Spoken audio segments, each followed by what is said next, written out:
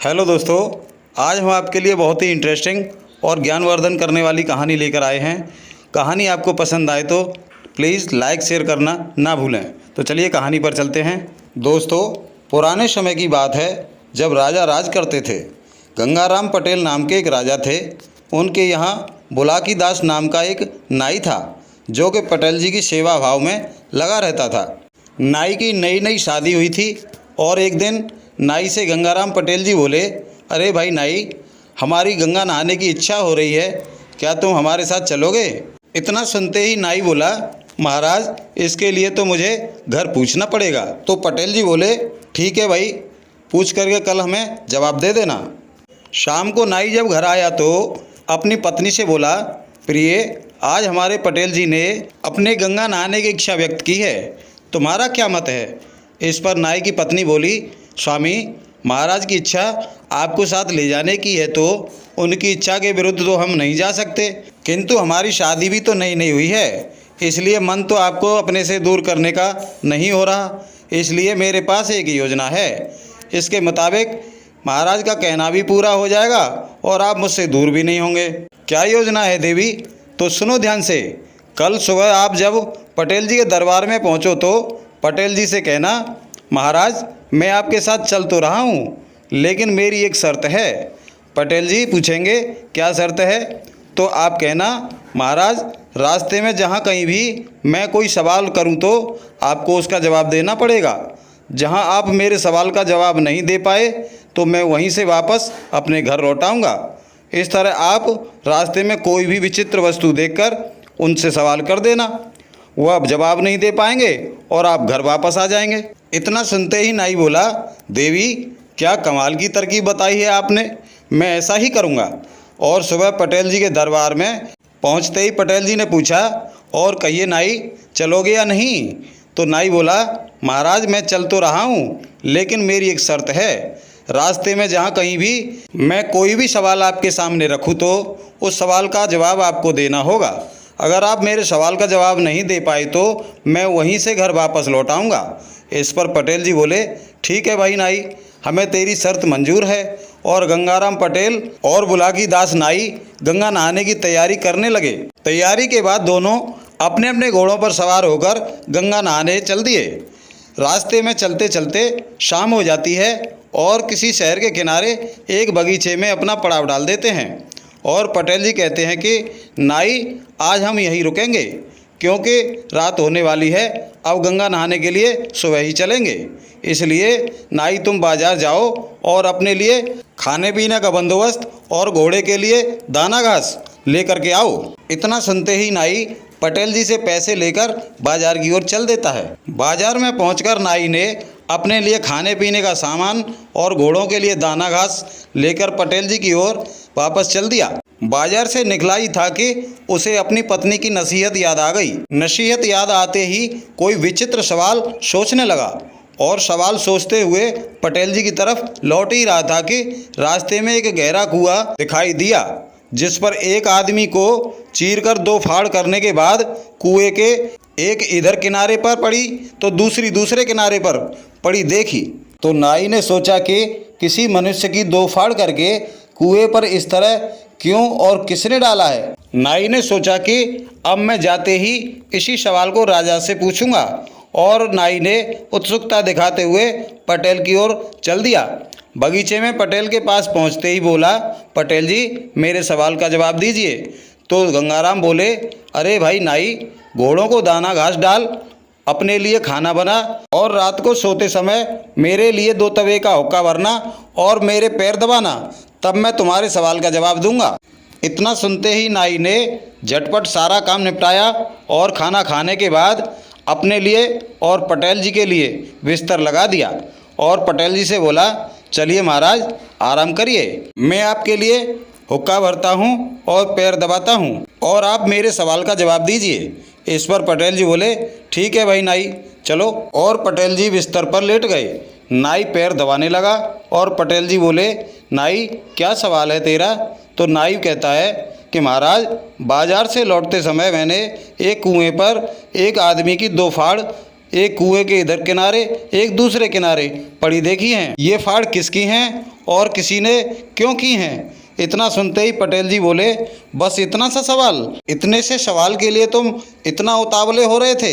हाँ महाराज, नाई बोला। तो पटेल जी कहते हैं, नाई सुनो ध्यान से, सो मत जाना, कहीं सो गए तो फिर सुबह मुझसे कहोगे कि आप जवाब नहीं दे पाए और मैं घर लौट कर जा रहा हूँ। नहीं महाराज, आप जवाब दीजिए, मैं ध्यान से सुन रहा हूँ। इस पर पटेल जी बोले, हे नाई, एक गांव में एक किसान परिवार था। पिता का स्वर्गवास हो जाने के कारण घर में बस माँ और उसके दो बेटे ही थे, जिनका नाम संतोषी और असंतोषी था। दोनों ही भाई युवा थे। दोनों का जैसा नाम था वैसा ही उनका चरित्र था। संतोषी हमेशा संतोष करके चलता था और असंतोषी हमेशा तत्परता के साथ बेसब्र रहता था। दोनों भाई माँ से बोले, माँ, गांव में कोई काम नहीं है, इसलिए हम काम करने के लिए शहर जाना चाहते हैं। तुम हमारे रास्ते के लिए पुआ बना दो। तो माँ ने बड़ी खुशी के साथ दोनों भाइयों के लिए पुआ बना दिए। दोनों भाइयों ने पेट भर कर पुआ खाए और रास्ते के लिए बांध लिए और शहर के लिए चल दिए। शहर दूर होने के कारण रास्ते में चलते चलते दोनों भाइयों को दोपहर हो गया। दोनों भाइयों को फिर से भूख और प्यास लगने लगी। तो बड़ा भाई असंतोषी अपने छोटे भाई संतोषी से कहता है कि भाई, मुझे तो भूख और प्यास दोनों ही लगने लगी हैं। तो छोटा भाई संतोषी कहता है, हाँ भाई, भूख और प्यास तो मुझे भी लगने लगी है। क्यों ना रास्ते में कोई कुआं और बैठने का ठिकाना देखकर भोजन कर लिया जाए, तब आगे चलते हैं। हाँ, ठीक कहा संतोषी भाई तुमने। कुछ ही दूर आगे बढ़े थे कि एक सुंदर सा बगीचा जिसमें कुएं पर रखी हुई रस्सी बाल्टी दिखाई देती है। पानी का साधन और बैठने का ठिकाना मिलते ही दोनों भाई खाना खोलकर बैठ जाते हैं और पुआ खाने लगते हैं। असंतोषी संतोषी से कहता है कि भाई, मेरे गले में खाना अटक रहा है, तुम ज़रा पानी खींच कर ले आओ। तो छोटा भाई संतोषी पानी खींचने के लिए कुएं पर रखी बाल्टी को कुएं में फांस देता है। कुएं में भरी बाल्टी को संतोषी खींच ही रहा होता है कि असंतोषी पुओं के लालच में कि यह मर जाएगा तो सारे पुआ मेरे लिए रह जाएंगे, ऐसा सोचते हुए अपने भाई संतोषी में पीछे से धक्का दे देता है और संतोषी कुएं में जा गिरा। और असंतोषी सारे पुआ कई दिनों खाने के वास्ते लेकर शहर की ओर चला गया। इधर संतोषी कुआं गहराई में सकरा होने के कारण अपने हाथ पैर फैलाकर पानी पर लेट गया और किसी राहगीर की राह देखने लगा। दोपहर से शाम, शाम से रात हो गई, लेकिन उस कुएं की तरफ कोई भी नहीं आया। नाई सो रहा है या जाग रहा है? नहीं महाराज, मैं जाग रहा हूँ और बड़े ही ध्यान से आपका जवाब सुन रहा हूँ। ठीक है नाई, आगे सुन। जैसे ही रात के 12 बजे तो उस कुएं पर दो जिन्न आते थे और दोनों आपस में बतियाते हैं, एक दूसरे से खैर खबर पूछते हैं और कहते हैं, अरे दोस्त, आजकल तुम्हारी बंसी कहाँ बाज रही है? तो पहला जिन्न कहता है, अरे दोस्त, हमारी तो बहुत अच्छी बंसी बाज रही है। हम फला फला एक सूखे पीपल के पेड़ पर विराजमान हैं और उस पीपल के नीचे बहुत सारा खजाना गड़ा है। अच्छा, हाँ दोस्त, लेकिन दोस्त आजकल आप कहाँ विराजमान हो? तो दूसरा जिन्न कहता है, अरे दोस्त, हमारी भी बहुत अच्छी बंसी बाज रही है। हम फला फला राजा की एक लड़की पर विराजमान हैं, उसके सर पर सवार हैं। अच्छा, हाँ दोस्त, लेकिन दोस्त एक बात बताओ, अगर हमको अपने ठिकाने छोड़ने पड़े तो कहाँ जाएंगे? तो दूसरा जिन्न कहता है, अरे भाई, हमें ठिकाने छोड़ने क्यों पड़ेंगे? ठिकाने तो जब छोड़ने पड़ेंगे दोस्त, जब हमारे सीक्रेट कोई जान पाएगा, और हमारे सीक्रेट हमारे सिवा जान कौन सकता है? यहाँ रात के 12 बजे इस जंगल में किसकी हिम्मत है जो आ जाए?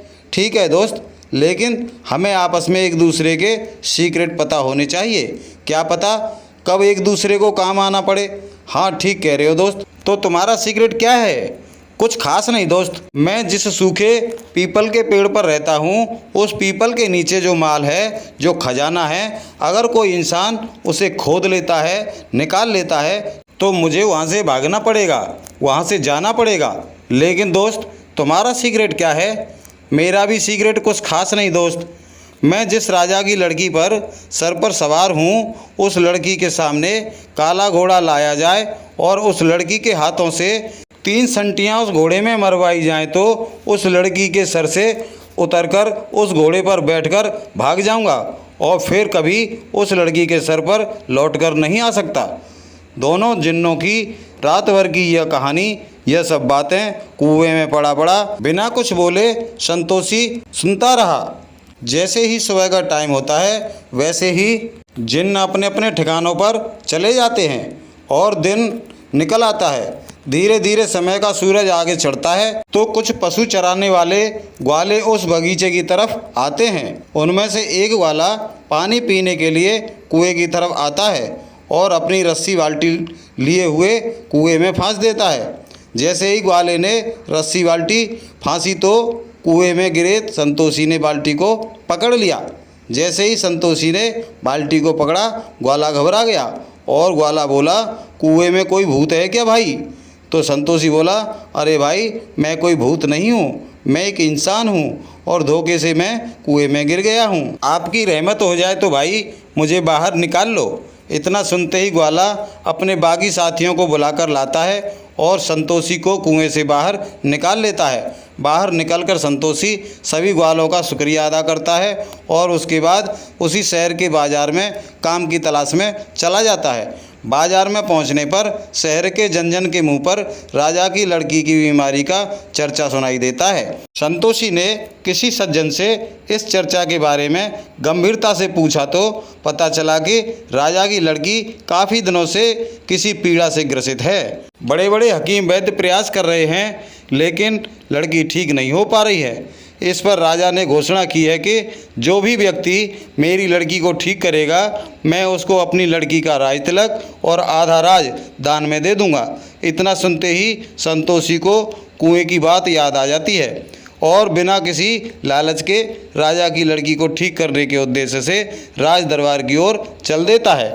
राजा के परिसर में पहुंचने पर देखा कि हकीम वैद्यों की लाइन लगी है और अपना अपना प्रयास करने में लगे हैं। पूरा परिसर भीड़ से भरा पड़ा है। सभी लोग राजा की बेटी को ठीक होने की कामना कर रहे हैं। परिसर में पहुंचकर संतोषी अपना धैर्य बनाए हुए सारा दिन हकीम वैद्यों को अपनी कोशिश करते हुए देखता रहता है। जब शाम को सब लोग हार थक जाते हैं और सबने हाथ खड़े कर दिए तो अंत में राजा निराशा से दुखी होकर कहता है, क्या इस संसार में कोई ऐसा नहीं है जो मेरी बेटी को ठीक कर सके? सभी ने अपने सिर नीचे झुका लिए। जब यह सब देखते हुए संतोषी खड़ा होता है और कहता है, श्रीमान, सभी लोगों ने अपना अपना प्रयास करके देख लिया। अगर आप सभी लोग मुझे भी अपनी कोशिश करने की इजाज़त दें तो आपकी बड़ी मेहरबानी होगी। इतना सुनते ही परिसर के हकीम वैद्य और जनता सभी लोग संतोषी पर हंस पड़ते हैं। इतने पहुंचे हुए हकीम वैद्य कुछ नहीं कर पाए तो एक मामूली भिखारी सा दिखने वाला एक इंसान राजा की बेटी को क्या ठीक कर देगा? हा हा हा हा हंसने लगते हैं और इलाज के नाम पर हाथ खड़े कर देते हैं और कोई उम्मीद की किरण दिखाई न देती देख राजा ने बड़े भारी मन से उम्मीद किए बिना संतोषी को इजाज़त दे दी। संतोषी ने राजा से कहा, महाराज, अपने घुड़सार में से एक काला घोड़ा मंगाया जाए। तो राजा ने अपने मंत्री से बोलकर काला घोड़ा हाजिर कर दिया। इसके बाद संतोषी बोला, महाराज, एक पैनिया और मंगाई जाए और अपनी बेटी को सहारा देकर खड़ा करके बेटी के हाथों से घोड़े में 3 संटी मरवाई जाएं। राजा ने ऐसा ही किया और जैसे ही लड़की ने घोड़े में 3 संटियाँ मारी तो घोड़ा हिनहिनाता हुआ जंगल की ओर दौड़ लगाता हुआ चला गया और राजा की बेटी लम्हों में ठीक होने लगी। बेटी को ठीक होता देख राजा की खुशी का ठिकाना नहीं रहा। परिसर के सभी लोग शर्म से पानी पानी हो रहे थे। जो लोग संतोषी का मजाक उड़ा रहे थे वो लोग शर्म से जमीन में गड़े जा रहे थे। बेटी को ठीक होते ही राजा ने संतोषी को अपनी घोषणा के मुताबिक अपने विशेष अतिथि गृह में पहुंचा दिया और उसकी शादी के लिए तैयारियां शुरू कर दी। और अगले दिन राजा ने बड़े ही जोश के साथ अपनी बेटी की शादी का समारोह किया और संतोषी को आधा राज्य देकर राजा बना दिया। कुछ समय राज करने के बाद संतोषी ने किसी अनिष्ट को भांपते हुए उस सूखे पीपल के नीचे खुदाई करने का आदेश दे दिया, जिसमें असीम संपत्ति का धन निकला। सारे धन को अपने राज्य कोष में जमा करा दिया, जिससे अपनी प्रजा का अच्छी तरह से निर्वहन हो सके। सूखे पीपल के नीचे खजाना खुद जाने के बाद पीपल वाला जिन्न भी वहां से भाग खड़ा हुआ। इधर संतोषी राजा बन जाने के बाद बड़े मार्मिक ढंग से राज करने लगा और अपनी प्रजा की पीड़ा समझने के लिए प्रजा के बीच जाता रहता। एक दिन संतोषी अपने कुछ सिपाहियों के साथ घोड़े पर अपनी रियासत में घूम रहा था कि वही असंतोषी भिखारी रूप में भीख मांगता हुआ एक चौराहे पर दिखाई दिया। तो संतोषी ने अपने बड़े भाई को बड़े आसानी से पहचान लिया और अपने सिपाहियों को आदेश दिया कि ये जो सामने भिखारी दिखाई दे रहा है, इसे पकड़ कर लाओ। जैसे ही सिपाहियों ने असंतोषी भिखारी को पकड़ा तो असंतोषी गिड़गिड़ाने लगा, मुझे छोड़ दीजिए, मुझे छोड़ दीजिए, मैंने कुछ नहीं किया, मैं एक भिखारी हूँ, मैं किसी का क्या नुकसान करूँगा। इस पर सिपाही बोले, हम जानते हैं तुमने कुछ नहीं किया, लेकिन हमारे महाराज आपको बुला रहे हैं, आप चलिए। असंतोषी डरते हुए सिपाहियों के साथ राजा के सामने उपस्थित होता है। तो संतोषी कहता है, क्या आप मुझे जानते हैं? आपको कौन नहीं जानता महाराज, आप हमारे रियासत के राजा हैं। इस पर संतोषी कहता है, नहीं राजा, हम बाद में हैं, उससे पहले का परिचय पूछ रहे हैं। नहीं महाराज, मैं बताने में असमर्थ हूँ। कोई बात नहीं, तो आपको अपनी माँ के बनाए पुआ तो याद नहीं होंगे? माँ के बनाए पुआ शब्द सुनते ही असंतोषी सोच में पड़ गया, लेकिन कुछ बोल नहीं पा रहा था। तभी संतोषी बोला, हे मेरे बड़े भाई, मैं तुम्हारा छोटा भाई संतोषी, मेरे साथ चलो, तुम्हारा स्थान यहाँ भीख मांगना नहीं, मेरे साथ राजघराने में है। इतना सुनते ही लालची असंतोषी संतोषी के साथ महल में आ जाता है और महल में लाने के बाद संतोषी के द्वारा सभी दास दासियों को आदेश दिया जाता है कि सबसे पहले इनका हुलिया बदला जाए और राजघराने के हिसाब से इनको सुविधा मुहैया कराई जाए। संतोषी ने अपने बड़े भाई को अपने बराबर का दर्जा देते हुए अपने महल में जगह दी और जब शाम को भोजन पर बिठाया तो सबसे पहले असंतोषी ने पहला प्रश्न यही किया, संतोषी भाई तू राजा कैसे बना? इस पर संतोषी बोला, बड़े भैया इन सभी गुजरी बातों को छोड़ दो, जैसे भी बना अब आप मेरे पास बड़े भाई की तरह बड़े स्थान पर ही रहोगे, आपको यहाँ कोई भी असुविधा नहीं होगी। असंतोषी कहाँ मानने वाला था, वह सब जानने के लिए पीछे ही पड़ गया। तो संतोषी ने एक एक कर सारा घटनाक्रम असंतोषी को सुना दिया। इस पर असंतोषी बोला, भैया आज रात को तू मुझे भी उसी कुएं में डाल आ। यह तुम क्या कह रहे हो बड़े भैया, यहाँ पर आपको कोई कमी नहीं होगी। असंतोषी को लगा कि यह मेरे साथ नहीं जाएगा। खाना पीना खाने के बाद मन में फैसला कर लिया कि वह अकेला ही रात को उसी कुएं पर चला जाएगा जिस कुएं में उसने संतोषी को गिराया था। रात को जब सभी लोग सो गए तो चुपके से उठकर 12 बजने से पहले उस कुएं पर पहुंच गया और कुएं में छलांग लगा दी और कुएं में हाथ पैर किनारों से अड़ाकर पानी पर लेट गया और दोनों जिन्नों का इंतजार करने लगा। जैसे ही रात के 12 बजे दोनों जिन्न घूमते हुए उसी कुएं पर आकर दोनों किनारों पर बैठ गए और बतियाने लगे, अरे दोस्त हम तो बेघर हो गए भाई। दूसरा बोला, हम भी बेघर हो गए यार, ऐसा लगता है कि हमारी बातों को कोई सुन रहा था। जिन्न इतना ही बोले कि कुएं में से असंतोषी हूँ हूँ की आवाज़ देने लगा। हूँ हूँ की आवाज़ सुनकर दोनों जिन्न कुएं में उतर गए और कुएं में से असंतोषी को पकड़कर ऊपर कुएं के किनारे ले आए और बोले, दोस्त यही है हम दोनों को बेघर करने वाला। इतना कहते हुए असंतोषी को दोनों जिन्नों ने एक एक टांग से पकड़ लिया और बीच में से चीर दिया। चीरने के बाद एक फाड़ इस किनारे रख दी और एक फाड़ उस किनारे रख दी। बुला की नाई, यह वही दोनों फाड़ हैं जो असंतोषी की हैं। असंतोष के कारण अपनी जान गंवा बैठा, नहीं तो अपने भाई संतोषी के साथ राजा बनकर राज करता। नाई, अब तेरे सवाल का जवाब पूरा हो चुका है, जवाब से संतुष्ट है? हाँ महाराज, मैं पूरी तरह संतुष्ट हूँ। तो ठीक है, अब रात बहुत हो गई है, अब सो जाते हैं, सुबह गंगा जी के लिए चलेंगे। दोस्तों कहानी यहीं समाप्त होती है। आपको कहानी कैसी लगी कमेंट बॉक्स में ज़रूर बताना। अभी तक आपने हमारी कहानी लाइक नहीं की है तो लाइक कर दीजिए और ऐसी ही रोचक कहानियाँ प्राप्त करने के लिए हमारे चैनल को सब्सक्राइब कर लीजिए। मिलते हैं अगली वीडियो में, तब तक के लिए नमस्कार।